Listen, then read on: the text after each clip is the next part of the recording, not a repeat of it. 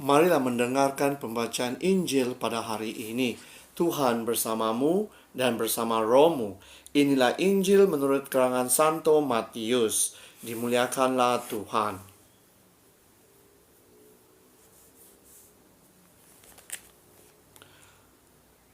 Barang siapa mengasihi bapa atau ibunya lebih daripadaku, ia tidak layak bagiku.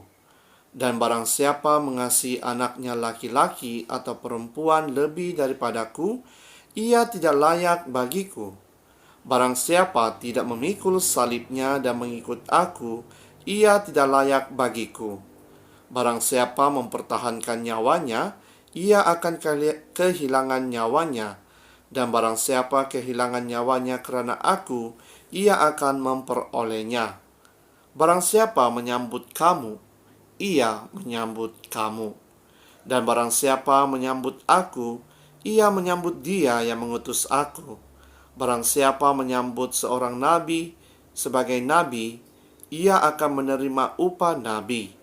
Dan barang siapa menyambut seorang benar sebagai orang benar, ia akan menerima upah orang benar.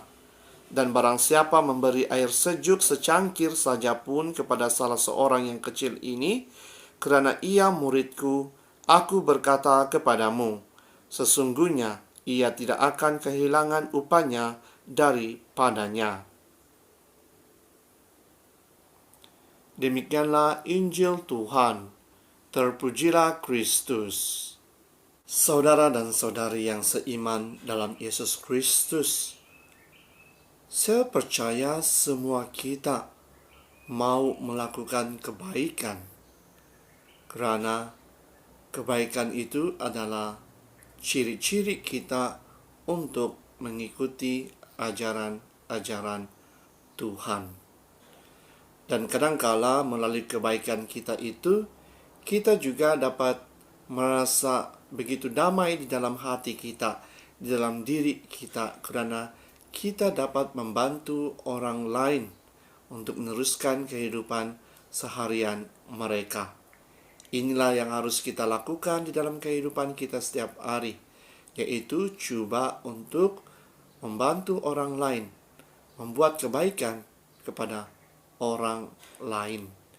Di dalam Injil pada hari ini, Yesus mengatakan, sesiapa yang melakukan kebaikan kepada murid-muridnya ataupun orang yang percaya kepadanya, ia akan mendapat upahnya dari Bapa di surga. Nah, saudara dan saudari, inilah janji-janji Yesus kepada kita yang percaya kepadanya dan yang membantu orang yang memerlukan pertolongan daripada kita. Bukan itu sahaja, di dalam pembacaan pertama hari ini, kita dapat mendengar bagaimana Nabi Elisha memberikan janjinya kepada seorang perempuan yang telah membantu dia. Dia mengatakan, tahun hadapan di tempat ini, engkau akan menggendong seorang bayi laki-laki. Inilah janji Nabi Elisha kepada orang tersebut, kepada perempuan itu. Jadi saudara dan saudari, kita harus melakukan kebaikan dengan membantu orang lain. Tidak kira siapa mereka, latar belakang mereka. Sekiranya mereka benar-benar memerlukan bantuan daripada kita, jangan lengah untuk membantu mereka. Jangan memberikan janji-janji kosong kita untuk membantu mereka, tetapi biarlah kita terus membantu mereka dengan keikhlasan hati kita, karena kita tidak meminta balasan daripada pertolongan kita. Di dalam Injil pada hari ini ada beberapa perkara yang dapat kita pelajari.